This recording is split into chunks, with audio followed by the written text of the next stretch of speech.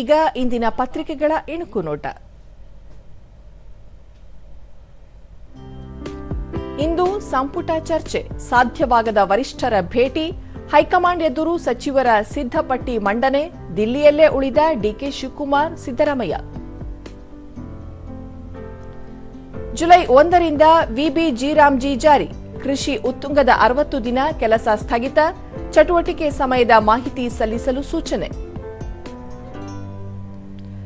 June 18ಕ್ಕೆ ವಿಧಾನ ಪರಿಷತ್ ಚುನಾವಣೆ, ವಿಧಾನ ಪರಿಷತ್ನ 7 ಸದಸ್ಯ ಸ್ಥಾನಗಳಿಗೆ ಅಧಿಸೂಚನೆ. ಜೂನ್ 4ರಿಂದ ಲಾಲ್ಬಾಗ್ನಲ್ಲಿ ಮಾವು ಹಲಸು ಮೇಳ, 168 ಮಳಿಗೆಗಳಲ್ಲಿ ರಿಯಾಯಿತಿ ದರದಲ್ಲಿ ಮಾರಾಟ, ರಾಸಾಯನಿಕ ಮುಕ್ತ ಹಣ್ಣು ಖರೀದಿಗೆ ಲಭ್ಯ. ಫ್ರೆಂಚ್ ಓಪನ್ ಟೆನಿಸ್, ಭಾರತದ ಶ್ರೀರಾಮ್ ಕ್ವಾರ್ಟರ್ ಫೈನಲ್ಗೆ.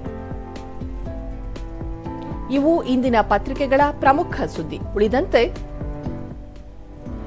ಬೀದಿ ಬದಿ ವ್ಯಾಪಾರಿಗಳ ಆದಾಯದಲ್ಲಿ ಶೇಕಡ 20ರಷ್ಟು ಹೆಚ್ಚಳ, ಪಿಎಂ ಸ್ವನಿಧಿ ಯೋಜನೆ ನೆರವು, ಅಸಂಘಟಿತ ವ್ಯಾಪಾರಿಗಳ ಬಲವರ್ಧನೆ, ಕ್ರೆಡಿಟ್ ಸ್ಕೋರ್ ಸಹ ಏರಿಕೆ. ಜೆಇಇ ರಿಸಲ್ಟ್, ದೆಹಲಿ ವಲಯಕ್ಕೆ ಮೊದಲ 3 ರ್ಯಾಂಕ್, 56,800 ವಿದ್ಯಾರ್ಥಿಗಳಿಗೆ ಅರ್ಹತೆ, ಟಾಪ್ 1,000 ಪೈಕಿ ಕರ್ನಾಟಕದ 82.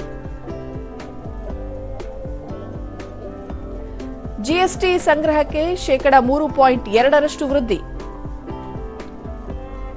1.94 ಲಕ್ಷ ಕೋಟಿಗೆ ಏರಿಕೆ, ಮೇ ತಿಂಗಳ ಅಂಕಿಅಂಶ ಬಿಡುಗಡೆ.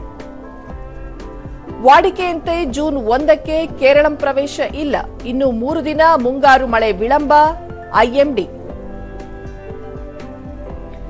ನೀರು ಕಳ್ಳತನ, ಸೋರಿಕೆ ತಡೆಗೆ ಎಐ ರೋಬೋಟಿಕ್ ತಂತ್ರಜ್ಞಾನ.